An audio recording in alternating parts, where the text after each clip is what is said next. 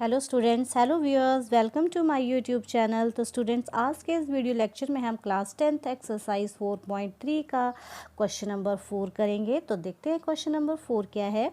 The sum of the reciprocals of Rahman's age in years 3 years ago and 5 years from now is 1/3।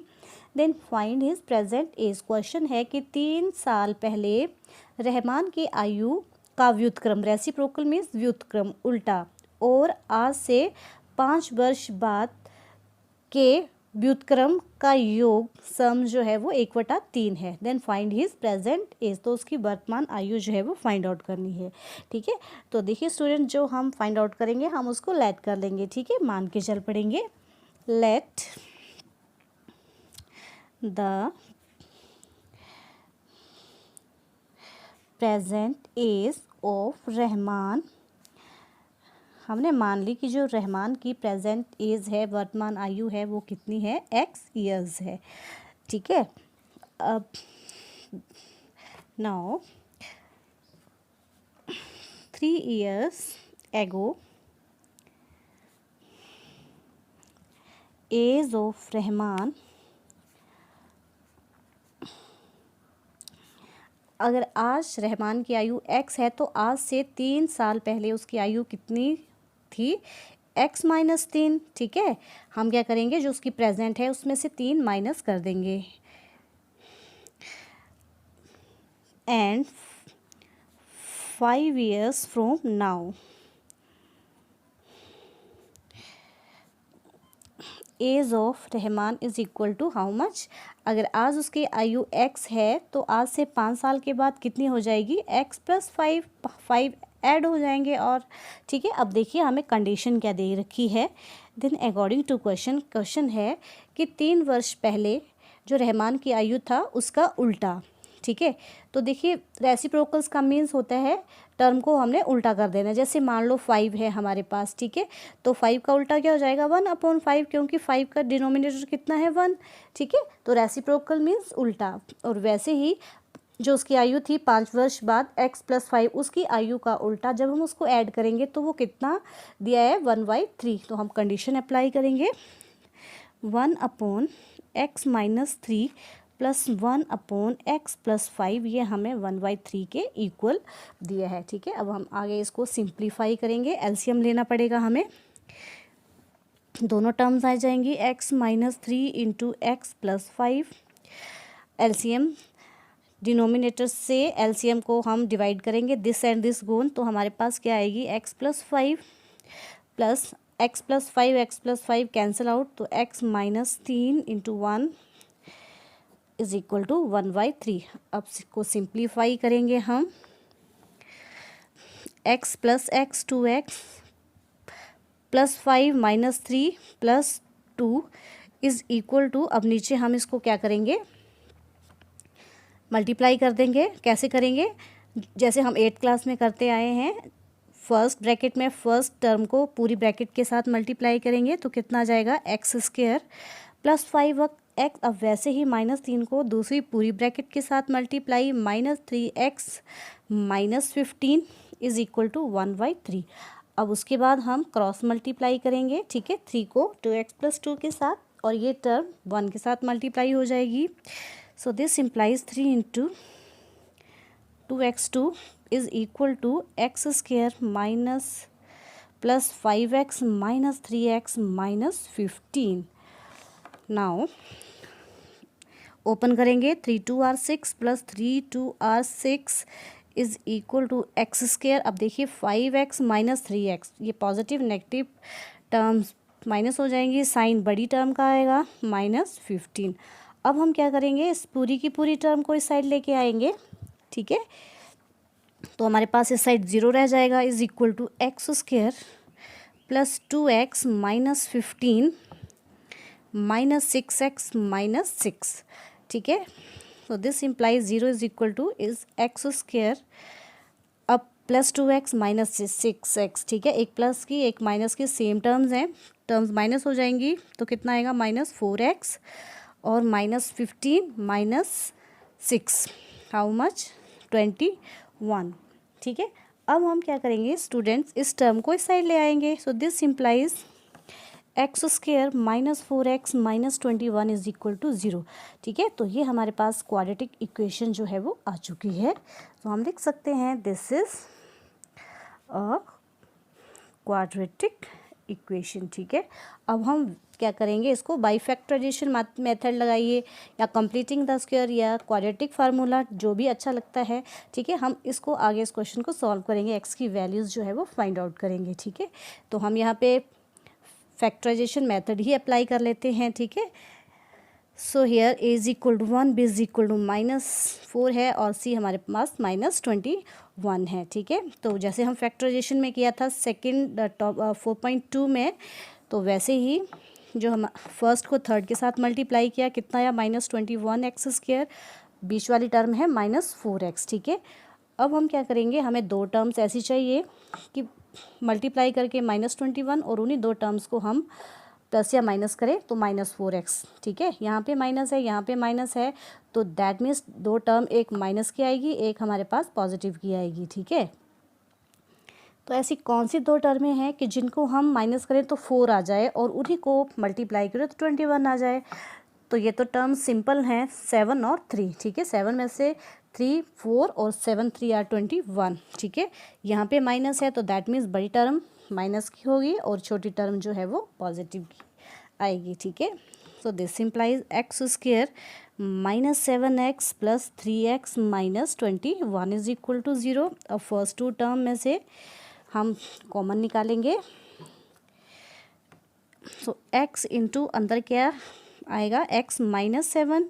अब अगली दो term में से 3 common आ रहा है, अंदर x -7 is equal to 0। 7 3 are 21। तो हमारे पास दो फैक्टर्स आ चुके हैं, एक x प्लस 3 और दूसरा x -7 इज इक्वल टू 0। ठीक है,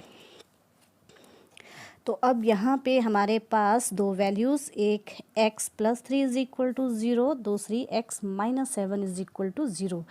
तो एक x हमारे पास -3 वैल्यू आई और दूसरी x की वैल्यू कितनी आई हमारे पास 7। ठीक है, तो हम क्या करेंगे, -3 को हम इग्नोर करेंगे, does not possible.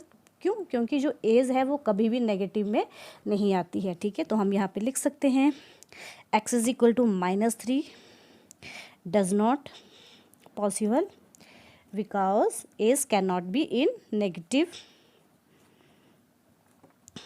cannot be negative. जो एज है वो कभी भी नेगेटिव में नहीं होती। ठीक है, तो हम x इज इक्वल टू 7 लेंगे, तो हम x क्या मान के चले थे, प्रेजेंट एज ऑफ रोहन। ठीक है, रहमान। तो दिस इम्प्लाइज, हम लिख सकते हैं this implies present age of Rahman is equal to how much? It is 7 years. So this is the complete solution of question number 4. Next question, question number 5 है, in a class test the sum of Shefali's marks in maths and English is 30. Had she got 2 marks more in maths and 3 marks less in English, the product of their marks would have been 210. Then find her marks in 2 subject. अब question है कि एक class test में शेफाली के maths और English के जो marks हैं उनका सम जो है वो 30 है। ठीक है, दोनों सब्जेक्ट में टोटल मार्क्स कितने हैं, 30। अगर आगे क्वेश्चन है कि यदि उसको मैथमेटिक्स में 2 मार्क्स अधिक मिले होते और इंग्लिश में 3 मार्क्स कम मिले होते, तो उसके मार्क्स का जो प्रोडक्ट है, गुणनफल है, वो कितना होता, 210 होता। तो आगे क्वेश्चन दिया है कि उसके दोनों सब्जेक्ट्स के जो मार्क्स हैं वो फाइंड आउट करिए। ठीक है, तो हमने जो फाइंड आउट करना है वो हम उसको लेट कर लेंगे, मान के चलेंगे। Now given total marks how much, कुल मार्क्स कितने हैं दोनों सब्जेक्ट के, 30। ठीक है, अब हम क्या मान के चलेंगे, लेट शेफालीज मार्क्स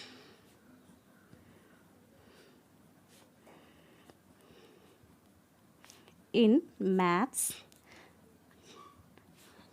हमने मान लिया x। ठीक है, कि वो मैथ्स में x मार्क्स ले रही है।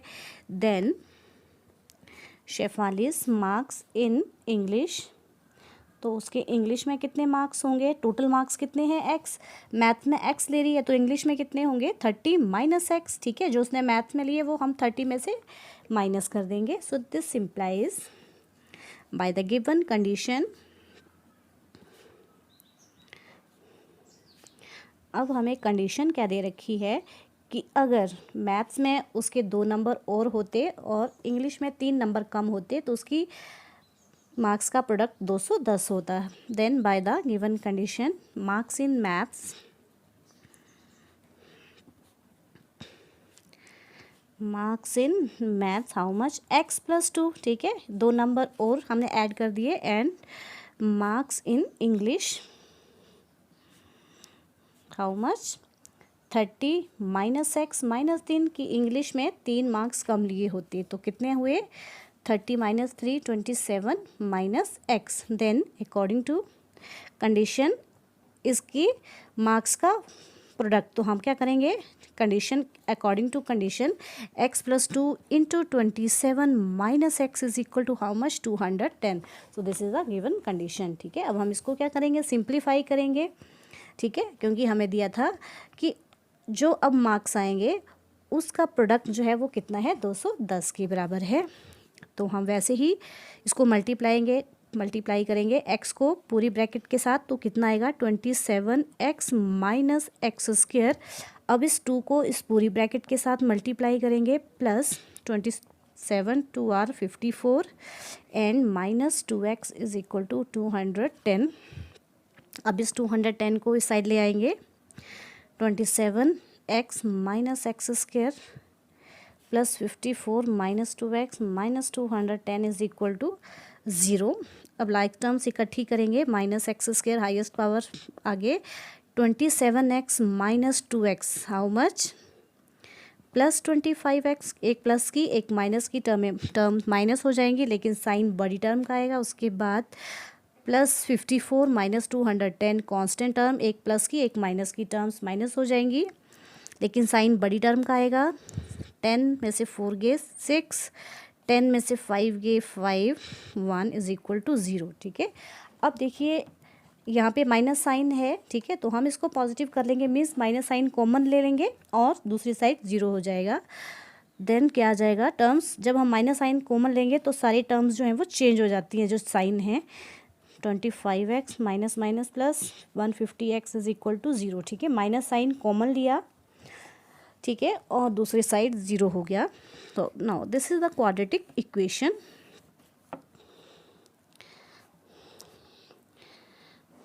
This is quadratic equation. अब हम इस बाई फैक्टराइजेशन मेथड से इसको आगे सॉल्व करेंगे, x की वैल्यूज़ फाइंड आउट करेंगे, ठीक है। अब देखिए हमारे पास जब हम फर्स्ट टर्म को थर्ड के साथ मल्टीप्लाई करेंगे तो हमारे पास आएगा 156x स्क्वायर और बीच वाली टर्म है माइनस 25x, ठीक है। अब हम वैसे ही हम इनको ब्रेक करेंगे 2 टर्म्स में। अब देखिए यहाँ प्लस है यहाँ माइनस है तो दैट मीन्स दोनों टर्म हमारी माइनस माइनस की होंगी क्योंकि माइनस माइनस तभी यहाँ पे प्लस आएगा, ठीक है। अब 2 टर्म्स ऐसी लेनी है कि उनको हम प्लस करें तो 25 आ जाए क्योंकि माइनस माइनस तो प्लस हो जाता है, ठीक है। अब क्या करेंगे, ऐसे हमें मिलना मुश्किल है टर्म्स तो हम इसके फैक्टराइजेशन बना लेते हैं, ठीक है।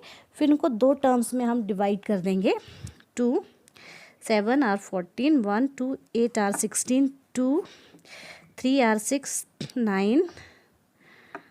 अब 3 के साथ डिवाइड होगा 3 1 33।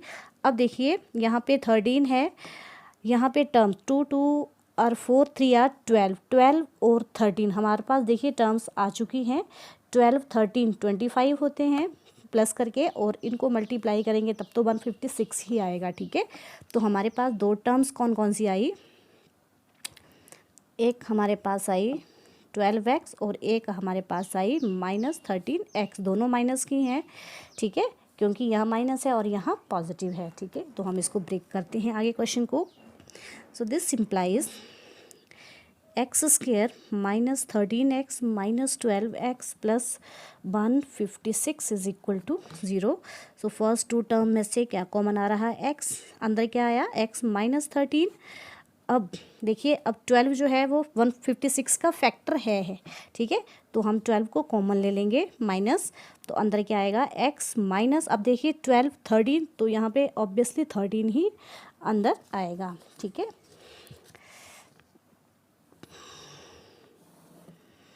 अब उसके बाद हमारे पास दो फैक्टर आ चुके हैं, कौन, एक x माइनस 13 और दूसरा x minus 12 is equal to 0, ठीक है। तो यहाँ से दो x की वैल्यूज़ कौन कौन सी, एक x minus 13 is equal to 0, x minus 12 is equal to 0। तो यहाँ से एक हमारे पास x की वैल्यू 13 आ गई और दूसरी x की वैल्यू 12 आ गई, ठीक है। तो यहाँ पे x की दो वैल्यूज़ 13 और 12 में दो कंडीशन हमारे पास यहाँ पे आएंगी। पहली कंडीशन कि अगर x हमारा 13 है, ठीक है, तो x हम क्या मान के चले थे, x हम मान के चले थे मार्क्स इन मैथ्स, ठीक है। तो पहले कंडीशन में अगर हम x जो है 13 लेते हैं, ठीक है, मैथ्स के अगर मार्क्स 13 है तो इंग्लिश में कितने हो जाएंगे, 30 माइनस 13, ठीक है। और सेकंड केस में अगर हम x 12 लेते हैं, ठीक है, मैथ्स के मार्क्स 12 लेते हैं तो इंग्लिश में कितने हो जाएंगे, 30 माइनस 12 इज इक्वल टू 18, ठीक है। तो इस कंडीशन को अप्लाई करेंगे हम आगे। नाउ when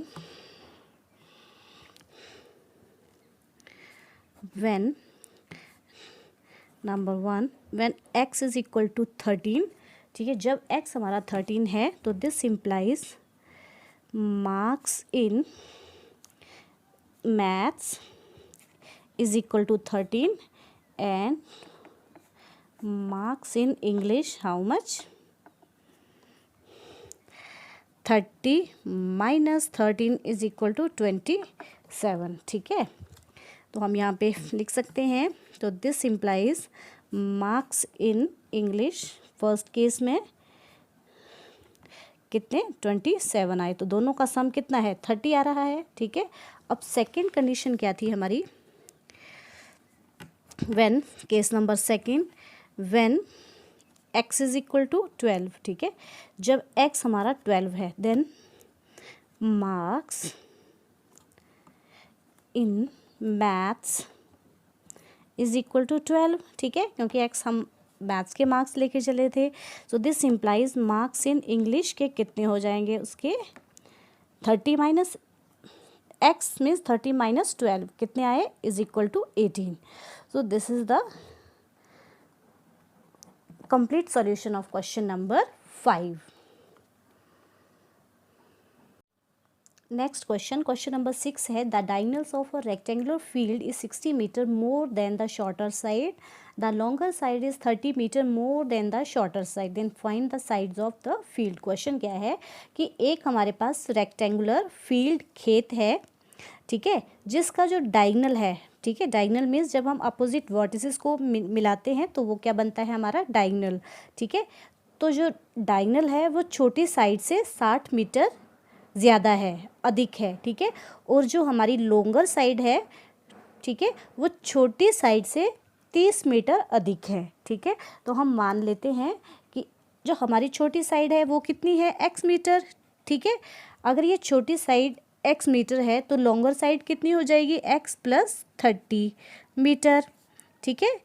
और जो हमारा डायगोनल है वो कितना हो जाएगा x प्लस 60। कंडीशन दे रखी है कि जो डायगोनल है वो छोटी साइड से 60 मीटर अधिक है और जो लॉन्गर साइड है वो शॉर्टर साइड से 30 मीटर अधिक है, ठीक है स्टूडेंट्स। तो अब देखिए ये ABCD क्या है, एक रेक्टेंगुलर फील्ड। अब हमें पता है कि रेक्टेंगल में जो हर एक एंगल है वो कितना होता है 90 डिग्रीज़ का होता है, ठीक है, ईच एंगल इज़ 90 डिग्री। तो अब देखिए कि हमारे पास ABC जो है, अगर मैं इस ट्रायंगल की बात करूं तो ये ABC क्या है, एक राइट एंगल ट्रायंगल, ठीक है। तो अब हम यहाँ पे पाइथागोरस थ्योरम अप्लाई करेंगे, ठीक है, और वहाँ से क्वेश्चन तक पहुँचेंगे, ठीक है। तो जो हमने फाइंड आउट करना है, we have to find the sides of the fields shorter and longer side, तो हम उसको क्या करेंगे लेट कर लेंगे, ठीक है, मान के चलेंगे। Now let the shorter side of rectangular field is equal to how much x meter, then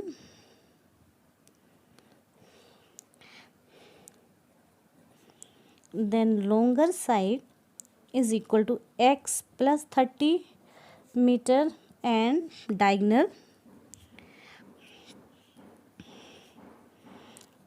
is equal to x plus 60 meter. ठीक है. Now in right angle triangle ABC, in right angle triangle ABC, apply Pythagoras प्रमेय.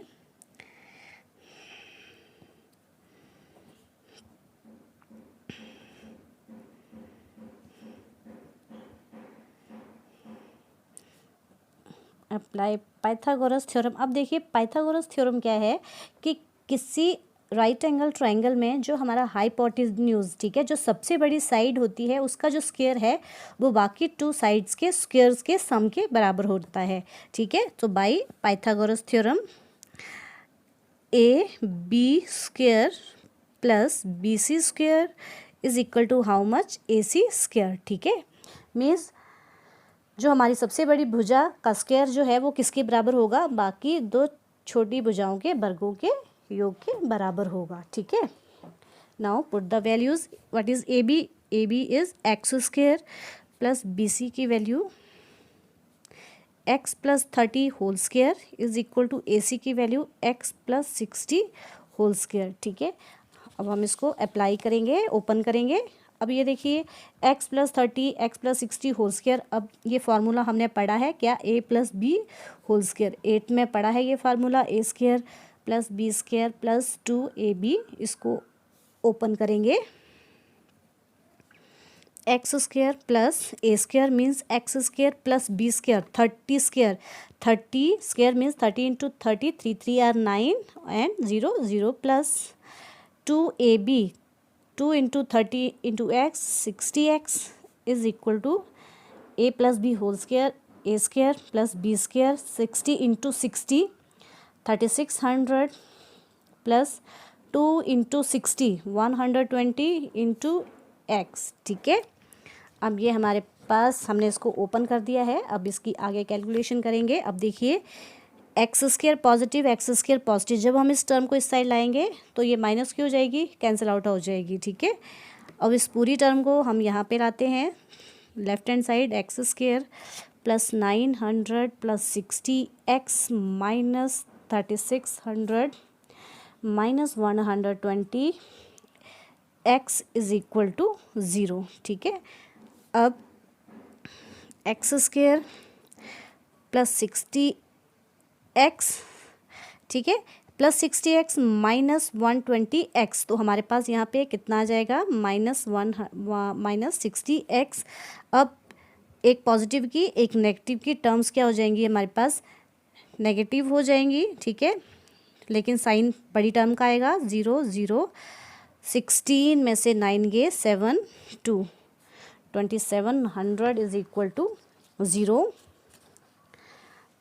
अब उसके बाद वैसे ही this is the quadratic equation हम लिख सकते हैं विच इज़ क्वाड्रेटिक इक्वेशन. ठीक है. अब हम यहाँ से x की वैल्यूज़ जो हैं वो फाइंड आउट करेंगे. ठीक है. वैसे ही फर्स्ट टर्म को थर्ड के साथ मल्टीप्लाई करेंगे तो कितना आएगा हमारे पास, माइनस 2700 100 और बीच वाली टर्म है हमारे पास माइनस 60x. ठीक है. अब हमने दो टर्म्स ऐसी लेनी है कि उनको प्लस या माइनस करें तो माइनस 60 आए और उन्हीं दो टर्म्स को मल्टीप्लाई करें तो माइनस 2700 आए. अब देखिए यहाँ माइनस है, यहाँ माइनस है. ठीक है. तो दैट मीन्स एक टर्म हमारी माइनस की होगी और दूसरी टर्म हमारी पॉजिटिव की होगी, क्योंकि यहाँ माइनस है. ठीक है. तो माइनस प्लस माइनस, यहाँ माइनस है तो दैट मीन्स हमारी बड़ी टर्म माइनस की होगी.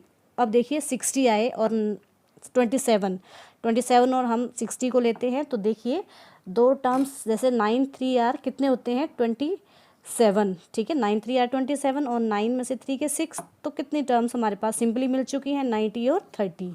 ठीक है. तो जो बड़ी टर्म होगी वो 90 और जो छोटी टर्म होगी वो पॉजिटिव की होगी. ठीक है. तो दो टर्म्स हमारे पास आ चुकी हैं 9 3 are 27 0 0 and minus 90 plus 30 minus 60. ठीक है. तो हम इस क्वेश्चन को यहाँ पे अप्लाई करते हैं। X square minus 90x plus 30x minus 2700 is equal to 0। ठीक है, हमने बीच वाली टर्म को ब्रेक कर दिया। अब पहली दो टर्म्स में से क्या कॉमन आया, x, अंदर क्या आया x इंटू एक्स माइनस 90, और इन दो टर्म्स में से 30 हमने कॉमन ले लिए, तो अंदर क्या आया x माइनस ऑब्वियसली 90 आएगा, 9 3 या 27 इज इक्वल टू 0। तो हमारे पास यहाँ पे दो टर्म्स आ चुकी हैं, दो फैक्टर, एक x माइनस 90 और दूसरा x plus 30 is equal to 0। ठीक है, अब दो वैल्यूज़ x की, एक x minus 90 is equal to 0 और x plus 30 is equal to 0। यहाँ से x हमारा कितना आया 90 और यहाँ से x हमारा कितना आया माइनस 30। अब देखिए ये वैल्यू जो है वो हमारे पास नेगेटिव आ रही है, x माइनस 30। ठीक है, तो हम क्या करेंगे, इसको छोड़ देंगे, डजेंट पॉसिबल। ठीक है, विच इज़ नॉट पॉसिबल। क्यों? क्योंकि x हम क्या लेके चले थे, जो रेक्टेंगुलर फील्ड है उसकी हम साइड, ठीक है, जो छोटी साइड है, शॉर्टर साइड है, वो लेके चले थे। ठीक है, तो लेंथ माइंडेड कभी भी नेगेटिव में नहीं होती है। ठीक है, वो हमेशा कैसी होती है, पॉजिटिव में। ठीक है, तो हम क्या करेंगे, इस नेगेटिव वैल्यू को हम छोड़ देंगे। ठीक है, डज नॉट पॉसिबल। तो हमारे पास x की वैल्यू कितनी आई 90, मीन्स जो छोटी साइड थी, x हम क्या लेके चले थे, शॉर्टर साइड। तो यहाँ से हम लिख सकते हैं question, so this implies shorter side of rectangular field is equal to x is equal to 90 meter, then longer side of rectangular field is equal to कितनी थी, छोटी साइड से 30 मीटर अधिक। ठीक है, तो कितनी आई 120 मीटर। ठीक है, so this is the complete solution of this question number 6। तो स्टूडेंट्स, आई होप कि आपको मेरा ये वीडियो अच्छा लगा होगा, तो प्लीज़ लाइक कीजिए, शेयर कीजिए और हाँ, सब्सक्राइब ज़रूर कीजिएगा। Thank you students.